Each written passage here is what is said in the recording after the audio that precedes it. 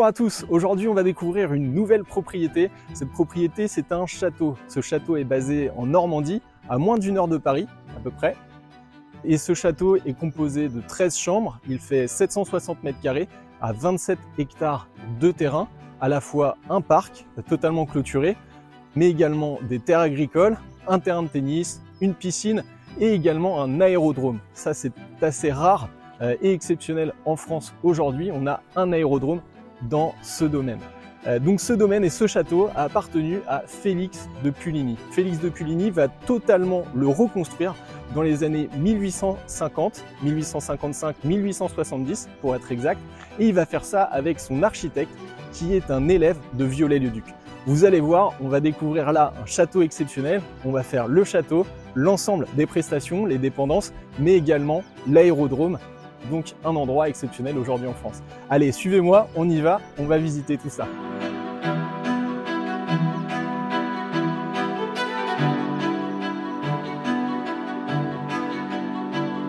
Comme on l'a vu, les travaux ont débuté en 1855 et se sont terminés en 1870. La première personne à poser une pierre sur ce château et cette nouvelle façade, c'est Madame de Puligny elle-même, qui va mettre une pierre juste ici, donc sur la première rangée de pierres de ce château. Et ce qui va être assez intéressant, c'est cette façade. La façade, elle est typique des châteaux néo-gothiques. On le voit ici, donc c'est très intéressant. Vous avez donc les tours avec les petites fenêtres type meurtrière. Bien sûr, un château en pierre avec des fenêtres assez restreintes. Et on va voir donc en haut de cette façade, ça c'est une particularité, on va voir une frise. Cette frise, elle fait l'allégorie du chêne, d'où le nom de château de Chênay. Le chêne a une grande histoire régionale ici et donc il est mis à l'honneur sur cette façade. Ensuite, on voit un excellent travail des artisans sur la taille de pierre. Les pierres sont absolument magnifiques et vous pouvez le voir, les différents ornements, vous avez des gargouilles. Les gargouilles sont faites avec précision et avec beaucoup de détails. C'est assez fascinant. Vous pouvez voir et apprécier sur la façade ces différentes gargouilles. Donc là, ce que je vous propose, c'est qu'on rentre à l'intérieur du château en passant sous ce porche donc qui est tenu par deux monolithes impressionnants et qui permet de soutenir un balcon accessible depuis le premier étage. Allez, suivez-moi, on y va tout de suite.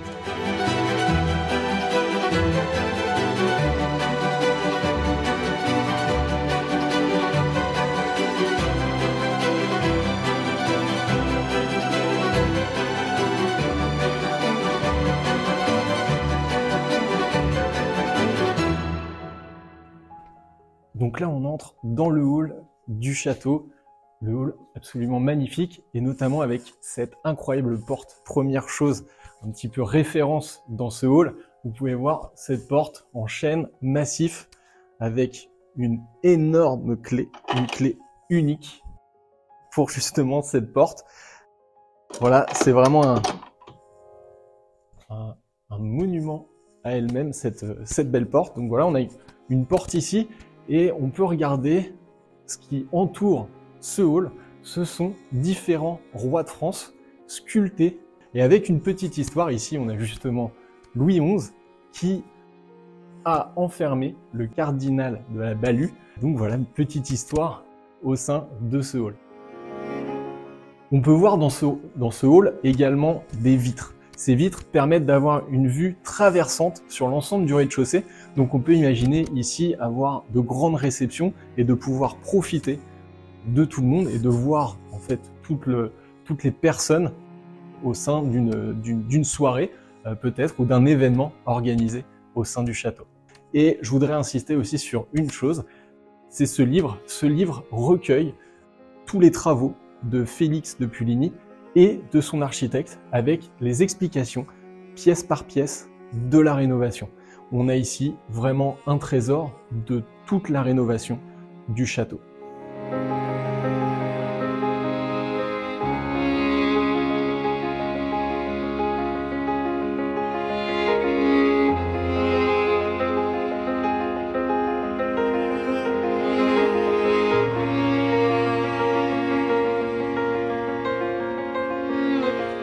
Ici, on rentre dans une pièce historique du château où tout est pratiquement d'origine. On voit ici un plafond à la française avec des solivages entièrement peints et décorés au blason des différents seigneurs de Normandie. Donc ce plafond est absolument magnifique et peint par Félix de Puligny lui-même, qui a donc décoré les différents ornements de cette pièce. Donc on a ce solivage qui est absolument impressionnant, on a une cheminée impressionnante qui rentre tout à fait dans les volumes de cette pièce. Et sur cette cheminée, on retrouve une nouvelle fois le chêne dans cette frise au-dessus de la cheminée. Donc on est encore château de la Chênaie avec cette frise de chêne. Donc une cheminée, des peintures et bien sûr de belles fenêtres ici pour profiter pleinement du parc et de la lumière. Et on va retrouver également, pour pouvoir avoir une vue traversante et qui va pouvoir parcourir l'intégralité du château, on va avoir une nouvelle fois ces vitres qui vont permettre justement de voir les différentes personnes et de voir les différentes pièces et d'avoir une véritable sensation de grandeur et de respiration au sein de ce château. Donc là justement, on va passer dans la salle à manger qui est juste derrière moi.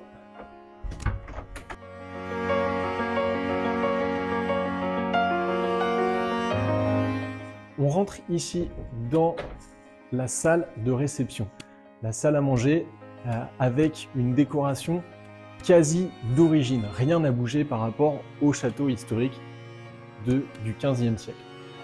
Ici, on retrouve des boiseries absolument magnifiques et bien mises en valeur au sein de cette pièce. Et on va retrouver également un plafond à caisson avec différents corps de métiers, différentes activités culturelles. Donc ici, la salle de réception par excellence, on retrouve une magnifique cheminée très impressionnante correspondant au volume justement de cette pièce. Je pense qu'ici on a la salle de réception parfaite pour organiser de grands dîners, de grandes réceptions, et on va retrouver justement cette vitre qui va nous permettre de voir dans le salon et d'avoir une lumière traversante. Donc là on a vraiment une pièce où il fait bon vivre, où on peut respirer, on peut passer des bons moments en famille, on a de bonnes réceptions. Vraiment une super pièce ici pour profiter des lieux. Je vous propose qu'on aille tout de suite voir le salon d'été où on va pouvoir avoir quelques petits plaisirs.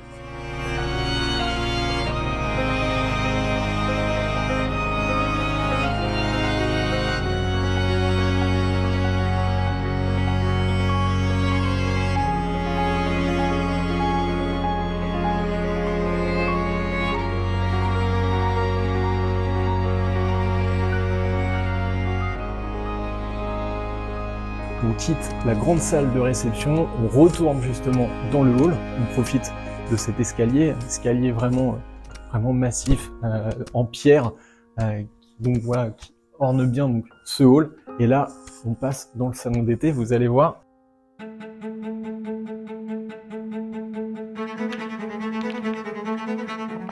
On est ici dans la dernière pièce rénovée, et un point particulier de cette pièce, si on devait retenir une chose, c'est justement cette cheminée. Cette cheminée, elle est en bois sculpté, et regardez comment c'est impressionnant de détails et de minutie, de détails. Ces sculptures sont vraiment impressionnantes. Vous avez une cheminée vraiment impressionnante. Ici, non pas une vitre, mais bien des glaces.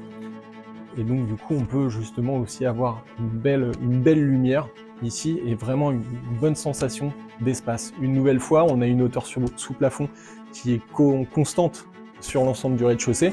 On a à peu près 5 mètres de hauteur sous plafond. Donc encore une fois, un très beau volume ici.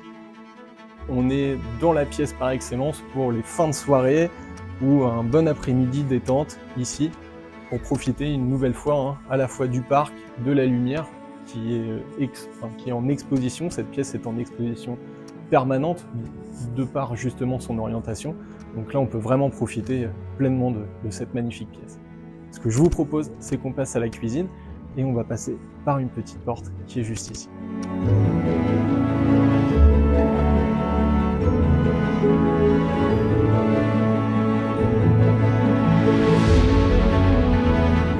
On rentre ici dans la cuisine du château, une cuisine absolument magnifique. On retrouve ces belles hauteurs sous plafond du rez-de-chaussée, on reste sur la même cohérence On reste sur 5 mètres environ, un plafond à la française avec de belles poutres, une arrière-cuisine juste là et un accès vers l'extérieur.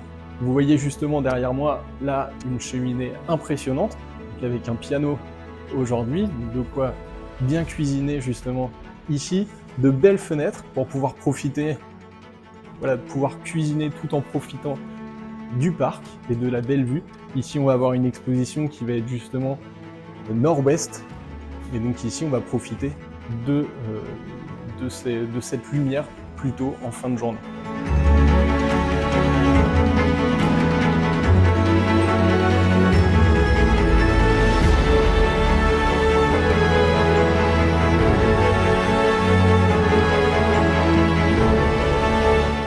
On vient de finir la visite de ce rez-de-chaussée. Ce rez-de-chaussée qui est composé de son salon, grande salle de réception, salle à manger, le salon d'été et également la cuisine. Et on va passer maintenant à l'étage.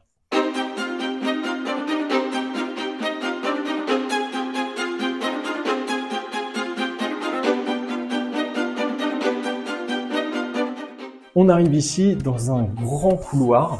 Ce couloir va desservir les chambres de vie, tout simplement, du château. Et donc on va visiter une première chambre.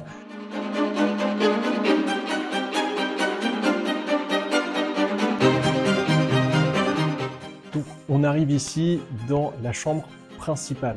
Cette chambre principale, elle a quelques points particuliers. Donc une nouvelle fois, on retrouve des grandes hauteurs sous plafond. On est toujours sur environ 5 mètres.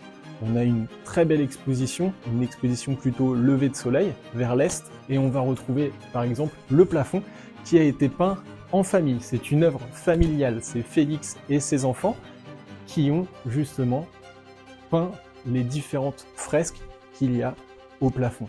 Et en plus de ça, il y a quelque chose d'assez particulier, notamment sur cette cheminée. La cheminée que l'on retrouve ici est composée de 2 sculptures. Une sculpture ici où on retrouve l'amour attaché justement au foyer, et on va retrouver l'amour également attaché ici, mais jouant avec le démon. Une autre subtilité dans cette chambre, mais aussi dans la suivante que l'on va aller voir tout à l'heure, c'est qu'ici on a une petite porte, on va aller directement dans les tours. Et donc dans cette tour là, on a un petit espace justement idéal pour se préparer justement le matin. Donc on va pas faire, on n'a pas une salle d'eau, on va pas faire une toilette complète, mais on a ici voilà un petit espace pour se préparer en toute intimité. Ensuite, on va se diriger vers l'autre chambre.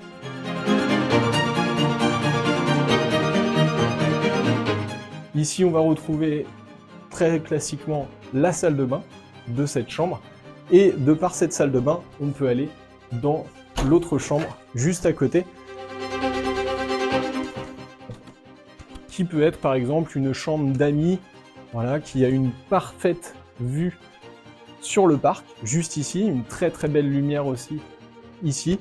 On retrouve voilà une chambre relativement simple, toujours avec ce petit couloir et cette double ouverture sur cette chambre. Et on est ici sur une chambre assez classique.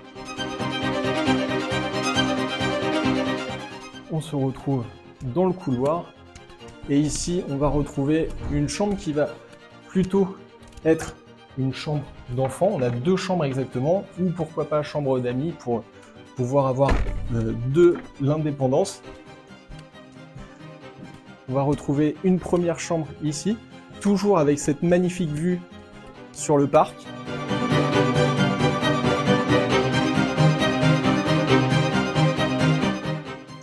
Donc on va quitter cette petite chambre. Juste ici, on a une salle de bain. Et là, on va retrouver une chambre double. Ici, une magnifique chambre double. Avec également des boiseries. On voit ici les différentes boiseries. Belle hauteur sous plafond également. Vue sur le parc. Une exposition vers l'est également. Et juste là, tout comme dans la chambre principale, on a ici un petit espace avec une magnifique petite vue. C'est absolument génial. Elle est cachée en plus derrière les boiseries, c'est assez intéressant. Donc là, on a fini la visite du château, de l'intérieur du château. Maintenant, on va passer terrain de tennis, piscine, l'aérodrome et également les bâtiments annexes. Allez, suivez-moi.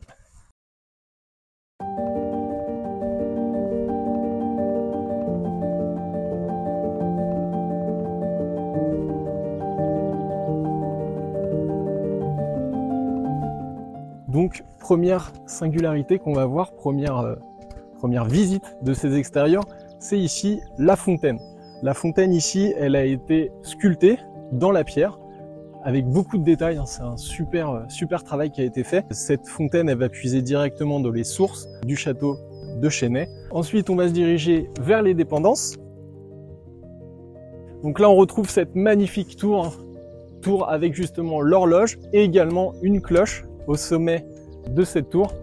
Et juste ici, la maison de gardien. Ici, on est sur la façade nord du château.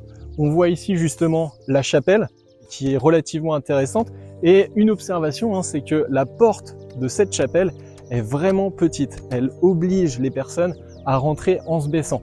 Ainsi, on était obligé de s'incliner quand on entrait dans la chapelle. Au sein de ce parc, on va retrouver une allée ici qui va nous emmener directement à la piscine.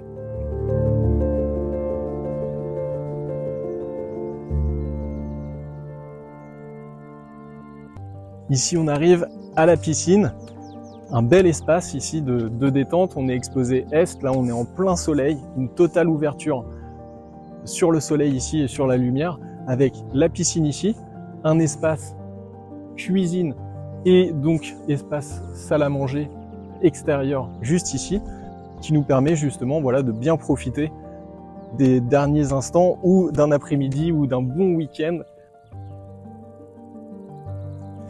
On a vraiment un bel espace ici. La piscine, elle est absolument magnifique. Il fait très chaud, ça donne très envie d'aller se baigner là. Ça donne vraiment envie. On va se diriger tout de suite vers le terrain de tennis. Donc là, on sort tout juste ici de la piscine et on va directement aller au terrain de tennis qui est juste à côté. Donc on a vraiment une proximité. À la fois, on peut aller nager et aller jouer au tennis. C'est vraiment très proche. Si on veut faire les deux activités sportives, à la fois aller nager et jouer au tennis, c'est vraiment très pratique. Donc on est toujours sur des allées de pierre pour accéder aux différents aménagements. C'est quand même très agréable. Donc là, on arrive sur le terrain de tennis. Donc un beau terrain de tennis, exploitable. Voilà, pas de rénovation nécessaire. Très agréable de pouvoir bénéficier de ça dans cette propriété. Donc on a vu la piscine, on a vu le terrain de tennis.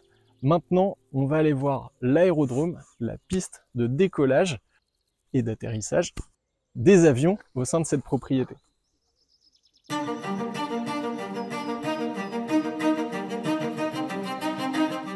Chose promise, chose due, on est ici sur la piste de l'aérodrome de la propriété. Donc c'est assez exceptionnel, hein. Pour rappel, il y a très peu de pistes privées aujourd'hui, peu de projets sont acceptés. Donc ce qui permet justement ici d'avoir une piste de 600 mètres exclusivement réservée aux propriétaires du domaine et de leurs convives. Ce domaine, donc on peut en profiter pour le parcourir un petit peu ici, parce que donc il s'étend également aux terres agricoles, ici jusqu'au bois que l'on voit tout au fond ici, qui permet justement d'avoir une piste d'atterrissage et de décollage très convenable pour des avions de tourisme. Et donc comment ça se passe? C'est très simple, on a un hangar de 13 mètres par 15 qui est juste devant moi, donc derrière vous, et qui permet justement d'avoir son avion. Et ensuite un taxiway qui va faire environ 150 mètres, qui va nous permettre justement d'arriver jusqu'à ce point. Et ce point va être l'endroit où on va pouvoir justement mettre les gaz et aller décoller juste ici. On la voit en continuité de ce plan qui va pouvoir nous permettre justement d'aller décoller. On va se rediriger maintenant vers la maison, vers le château pour clôturer tout simplement cette visite.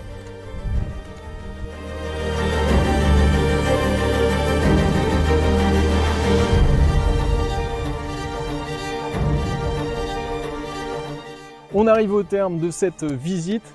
Donc on a vu ce magnifique château, on a visité ses intérieurs.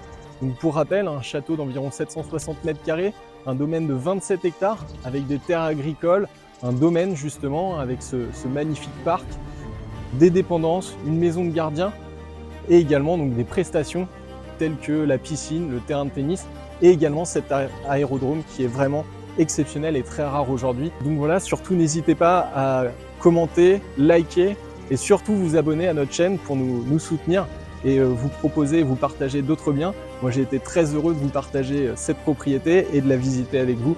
À très bientôt, merci beaucoup, au revoir.